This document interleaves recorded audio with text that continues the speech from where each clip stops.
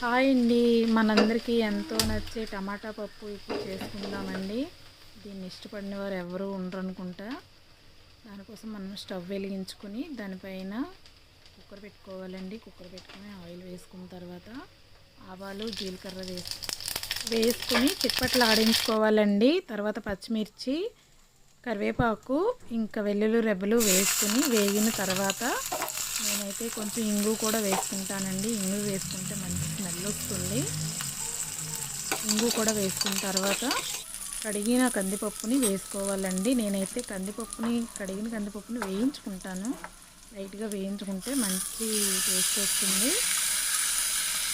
ముందుగా నేను కొన్ని వేడి నీళ్ళు అయితే పెట్టుకుంటానండి. పిల్లలు లంచ్ కోసం త్వరగా అయిపోవాలి కదా వంట, అందుకని వేడి నీళ్ళు పోసుకుంటాను. ఈ పప్పులో నేను వేడి నీళ్ళు కొలత చేసుకుని పోసుకుంటాను.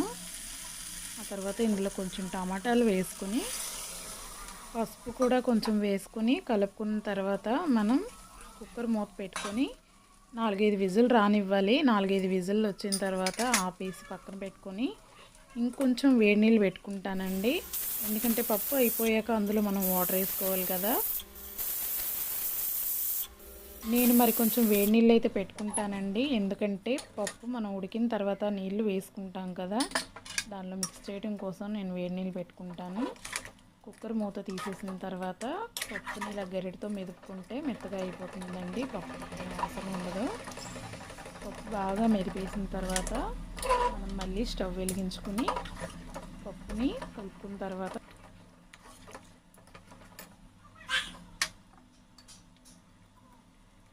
మన టేస్ట్కి తగ్గట్టు అందులో ఉప్పు, కారం, మసాలా వేసుకోవాలండి.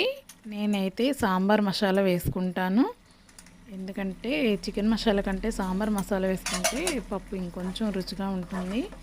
ఇవన్నీ వేసుకుని బాగా కలుపుకున్న తర్వాత అందులో మనం కొంచెం వేడి నీళ్ళు పెట్టాం కదా పక్కనే, వాటిని పోసుకోవాలి. పోసుకొని మనకి ఎంత పలుచగా కావాలంటే అంత పలుచగా చేసుకోవాలండి. కొంతమంది పప్పుని ముద్దగా తినడానికి ఇష్టపడతారు, కొంతమంది కాస్త పలుచగా ఉండటానికి ఇష్టపడతారు. మా వారైతే మరీ ముద్దగానూ ఉండకూడదు, పలుచగానూ ఉండకూడదండి, మీడియంలో ఉండాలి ఆయనకి. అందుకనే నేను కాస్త నీళ్ళు పోసుకుంటాను. ఇందులో నీళ్ళు పోసుకుని కాసేపు ఉడకనివ్వాలండి. ఉడికిన తర్వాత పప్పు రెడీ అయిపోతుంది. మీరు కారం ఉప్పు చూసుకొని అడ్జస్ట్ చేసుకోండి.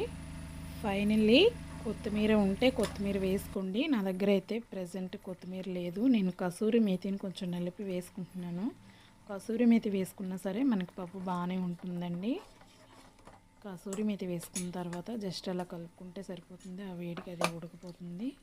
వేడి వేడి పప్పు రెడీ అయిపోయింది. నా ఛానల్ సపోర్ట్ చేయండి, సబ్స్క్రైబ్ చేసుకోండి. Thank you for watching.